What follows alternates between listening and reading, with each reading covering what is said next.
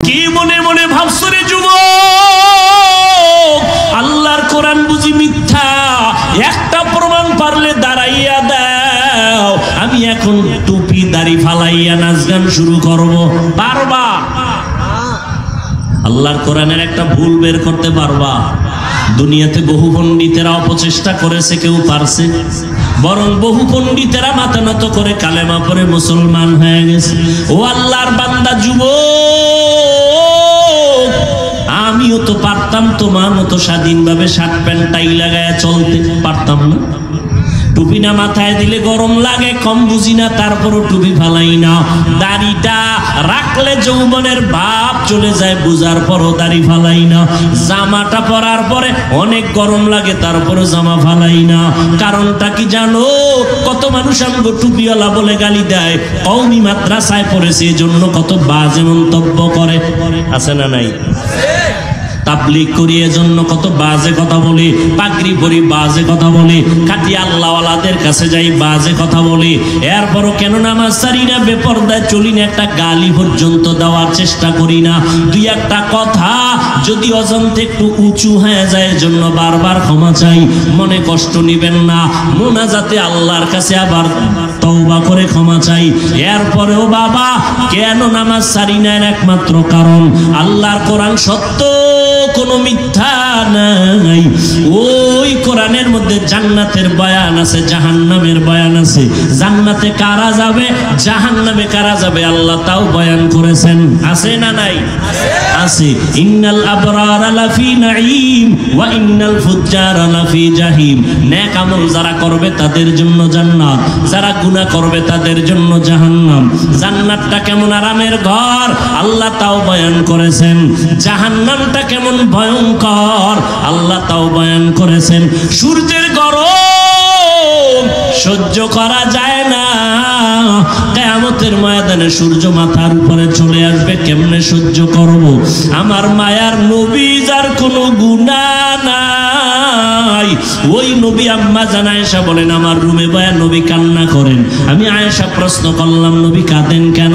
রহমতের নবী বলেন আয়েশা, হাসরের ময়দানের ভয়ঙ্কর অবস্থার কথা আমার মনে পড়েছে, এই জন্য কান্না করি। আমার উম্মতের হালাত কি হবে, এই চিন্তায় কান্না শুরু করলাম। আম্মা জান বলেন কেমন হালাত হবে? নবী বলেন কিয়ামতের ময়দানে নারী পুরুষ উলঙ্গ দাঁড়াবে।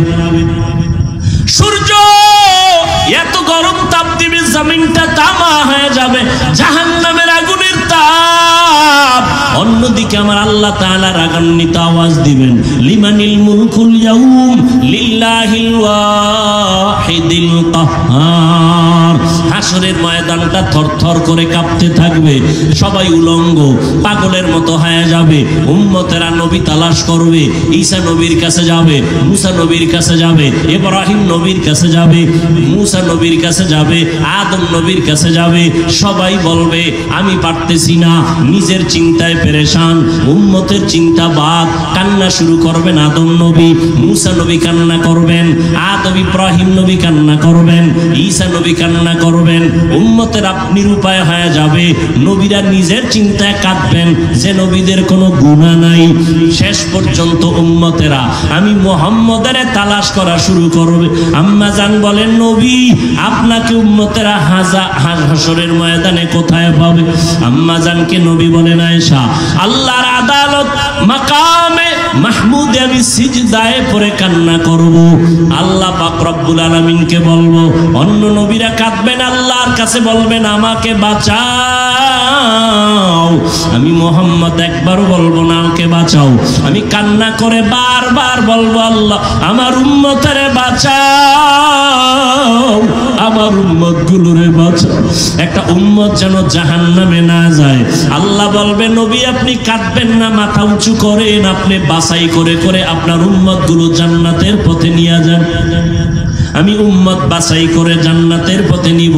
আম্মা জান বলেন, ইয়া রাসূলুল্লাহ, কোটি কোটি কোটি কোটি হাজার কোটি মানুষের মধ্যে মুসা নবীর উম্মত, ঈসা নবীর উম্মত, আদম নবীর উম্মত, আপনার উম্মত গুলো কেমনে চিনবেন এরা আপনার উম্মত? আম্মা জানকে নবী বলেন, ও আয়েশা, আমার উম্মত গুলো যারা 5 বেলা ওযু বানাইয়া 5 বেলার নামাজ পড়েছে, কিয়ামতের ময়দানে ওদের ওযুর জায়গাগুলো নূরের আলোতে ঝলমল করতে থাকবে। আমি নবী দেখে দেখে বাছাই করে করে জান্নাতের পথে নিয়ে যাব। আমি নবী নিজ হাতে কাউসারের পানি পান করাবো। ওই দিন ওরে নবীর উম্মত এক পর্যায়ে কাউসারের পানি পান করবে, আর পর্দা পড়ে যাবে মাঝখানে। জিব্রাইল আরে নবী বলবেন, ফেরেশতারা, উম্মত আমার বাকি আছে, কয় আছে। পর্দা দিলা কেন? কয় ওরা আপনার খাঁটি উম্মত না। আপনি দুনিয়ার থেকে চলার পরে এরা আপনার সুন্নতের জবাই করেছে। নিজে নামাজ পড়ে নাই, অন্যে পড়ছে পছন্দ করে নাই। নিজে দাড়ি রাখে নাই, অন্যে দাড়ি রাখতে পছন্দ করে নাই। নিজে পর্দা করে নাই, অন্যে পর্দা করবে পছন্দ করে নাই। নবী নিজেই বলেন, তখন আমি কিয়ামতের ময়দানে, আয়েশা শুনো, আমি বলবো, সোহকান সোহকা লিমান গায়্যারা মিন বাদি, ভেগে যাও, দূর হয়ে যাও। আমি তোমাদের উম্মত বলে স্বীকার করি না। আল্লাহর গায়বী আওয়াজ, ও ফেরেশতারা, এই জাহান্নামীদের হাতে জাহান্নামের হ্যান্ডকাপ লাগায় দাও, জাহান্নামের আগুনের মধ্যে নিয়ে ফালানো হবে। ও নবীর আশিক, চিন্তা করো, নবী তোমাকে কাউসারের পানি দিবেন নাকি পর্দার আড়ালে ভাগাইয়া দিবেন? তোমার আমলের কি হালাত, তোমার কান্নার কি হালাত, তোমার সুন্নতের কি খবর, তোমার নিজের সুন্নতের আমলের খবর কি, তোমার মাইয়া বলার সুন্নতের আমলের খবর কি, স্বামী তোমার স্ত্রীর সুন্নতের আমলের খবর কি, তোমার পরিবার ঘরের সুন্নতের আমলের খবর কি? একটু চিন্তা করো রে বাবা। নিজের চিন্তা করলে তো অন্যের খবর নেওয়ার সময় হবে না। এখনো সময় আছে, তওবা করে নাও, মনটারে বুঝাও রে মন। ও যুবক বাবারা, তোমার মতো যুবক স্কুলে পড়ে, কলেজে পড়ে, চাকরি করে, ব্যবসা করে, র্যাব, আর্মি, পুলিশ, বিডিআরের চাকরি করে, ওই দেখো SP, DC, OC, chairman, member, MP, মন্ত্রী, 5 বেলার নামাজ পড়ে, অভাব নাই। জীবনে মাদ্রাসায় পড়ে নাই, ওই জেনারেল লাইনে থাকিয়াও নামাজ ছাড়ে না। মনেরে বুঝাও, তুমি কেন পারো না? তোমার মতো যুবক রাস্তায় গাড়ি চালায়, নামাজ পড়ে, তুমি কেন পারো না? তোমার মতো যুবক নদীর মধ্যে মাছ ধরে, নামাজ পড়ে, কৃষি কাজ করে, নামাজ পড়ে, তুমি কেন পারো না? ও বৃদ্ধ বাবাজি, আপনার মতো কত মুরব্বীরা এখনো কষ্ট করে মসজিদে গিয়ে লাঠি নিয়ে নামাজ পড়ে, আপনি কেন পারেন না?